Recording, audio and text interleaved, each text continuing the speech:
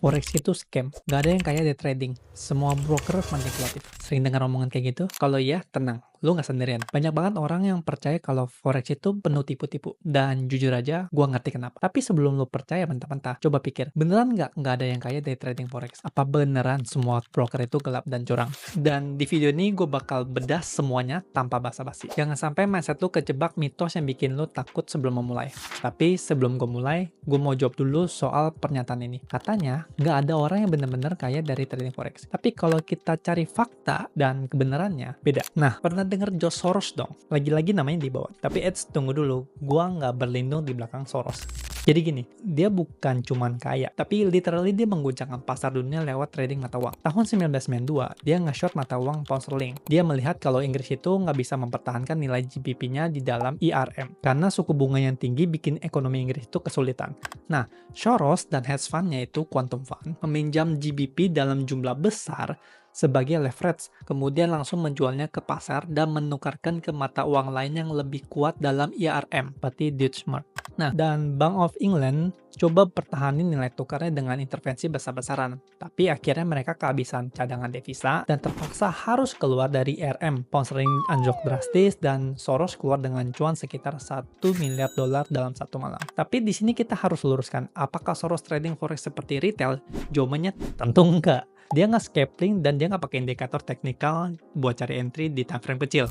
Nah, Soros itu nggak ke market kayak kita yang buka MetaTrader, terus kita klik buy sell, pasang stop loss. Nah, dia itu lebih ke macro trading, di mana dia menggunakan modal miliaran dolar untuk masuk ke pasar berdasarkan analisa makroekonomi global. Nah, jadi apakah Soros trading forex? Jawabannya iya, tapi dengan skala besar dengan menggunakan pendekatan makroekonomi.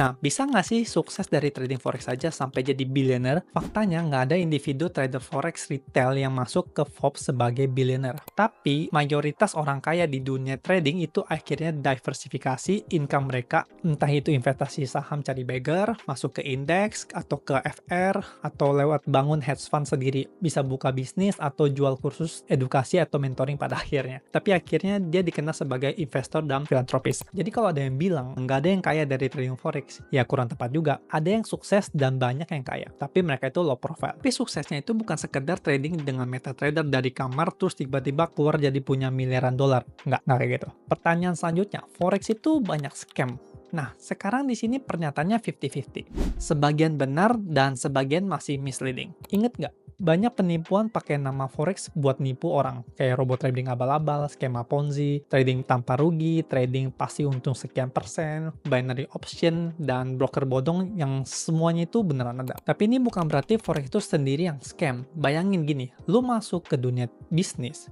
ada orang yang jujur dan sukses, tapi ada juga yang nipu pakai investasi bodong. Apakah berarti bisnis itu sendiri scam? Ya enggak kan? Nah, forex itu sendiri adalah market terbesar di dunia dengan transaksi harian mencapai 7,5 triliun dolar. Datanya bisa dibaca di sini. Market ini dipakai bank-bank, hedge fund, dan institusi besar buat transaksi antar negara. Nah, yang bikin forex sering dikaitkan dengan scam adalah karena pertama, karena regulasi yang mengatur forex itu lebih longgar dibandingkan dengan saham, terutama di broker offshore. Jadi rentan kabur bawa duit klien. Yang kedua, banyak pihak yang nyalahgunakan nama forex buat nipu orang awam, kayak MLM, robot trading, abal-abal, ponzi, lah, semacam itulah. Dan yang ketiga, kurangnya literasi trader pemula yang gampang tergiur janji profit instan dan cepat. Jadi salahin oknumnya yang nipu, bukan instrumennya ya. Ngomong-ngomong masalah broker, apa broker itu gelap semuanya? Ini juga pernyataannya perlu kita bedah karena ini jadi salah satu sarana yang dipakai oknum. Faktanya, memang begitu banyak broker yang memang nggak transparan. Entah itu markup spread, kasih price feeding aneh, bahkan sampai stop hunting atau manipulatif. Tapi ini bukan berarti semua broker itu gelap dan manipulatif. Untuk paham lebih dalam, langsung aja kita bedah tipe broker dalam dunia forex. Ada 3 tipe broker forex. Yang pertama itu market maker, atau disebut dengan dealing desk. Masuk ke dalam kategori B-book.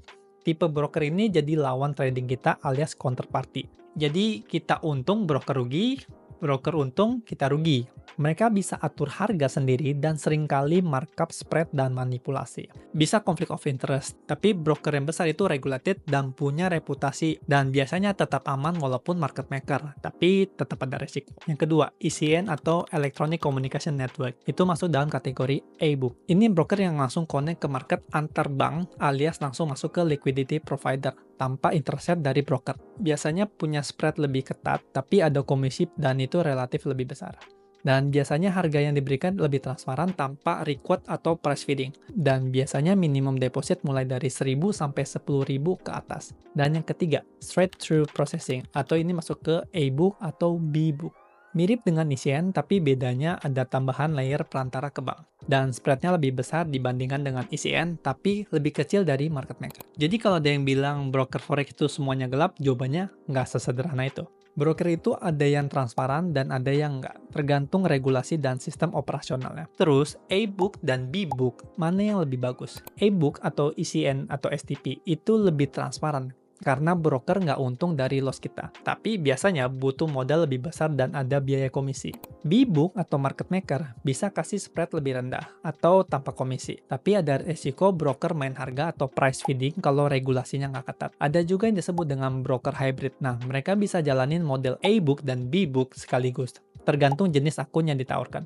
Tapi ini terkadang sulit untuk dideteksi karena tidak transparan. Nah, gimana bedain broker potensi scam dan broker aman? Di sini gue nggak sebut brand, kalian bisa riset sendiri. Biasanya ciri-ciri broker bersiko scam itu seperti, pertama, regulasi nggak jelas atau regulasi offshore, dari Belize, Vanuatu, Seychelles, atau Saint Vincent. Yang kedua, nomor lisensi yang terdaftar itu nggak bisa dicek di regulatornya. Dan yang ketiga, deposit lancar, tapi waktu withdraw dipersulit setengah mati, khususnya nominal besar. Yang keempat, leverage yang ditawarkan itu terlalu tinggi, 1:1000 atau bahkan ada yang 1:2000. Yang kelima, too good to be true, bonus dan promisi terlalu bagus untuk jadi nyata. Itu seperti skema MLM atau Ponzi. Nah, yang keenam, adanya manipulasi harga dan spread yang nggak wajar tiba-tiba. Yang ketujuh, lokasi kantor nggak jelas dan customer service nggak ada yang profesional dan nggak transparan. Dan yang ke-8, banyak review buruk dan blacklist di forum-forum forex. Dan broker yang aman tuh ciri-cirinya seperti apa? Pertama, regulasinya kuat.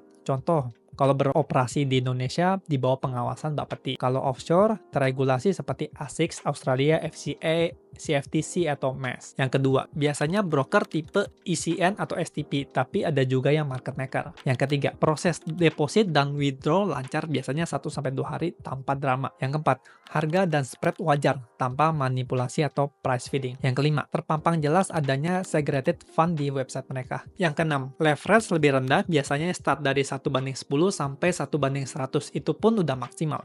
Yang ketujuh, ada lokasi kantor dan customer service-nya profesional dan responsif. Yang ke-8, banyak review positif di forum-forum trading. Gampangnya cari broker yang regulasinya ketat dan punya reputasi yang baik. Jangan cuma tergiur karena bonus dan leverage-nya yang tinggi bukan main. Tapi perhatikan juga transparansi eksekusinya. Jadi broker itu bukan scam, tapi ada banyak oknum yang pakai nama forex buat nipu. Pilih broker yang transparan dan punya regulasi ketat ya. Jadi kesimpulannya, 1. Ada orang yang kaya dari forex, tapi mereka itu bukan retail biasa. Mereka itu ada di hedge fund, bank besar, atau trader profesional yang serius dengan jam terbang tinggi. Yang kedua, forex bukan scam, tapi banyak scammer atau oknum yang pakai nama forex buat nipu orang. Yang ketiga, broker nggak semuanya gelap. Ada yang beneran profesional, ada yang abal-abal. Yang keempat, pilihlah broker yang terregulasi ketat dan hindari yang terlalu bagus buat jadi kenyataan. Kalau lu setuju atau punya pengalaman soal ini, komen di bawah pendapat kalian gimana. Sekian dari gua, jangan lupa like, comment, subscribe, biar kita bisa bedah lebih dalam tentang dunia ini. Thank you for watching and see you in the next video. Bye-bye.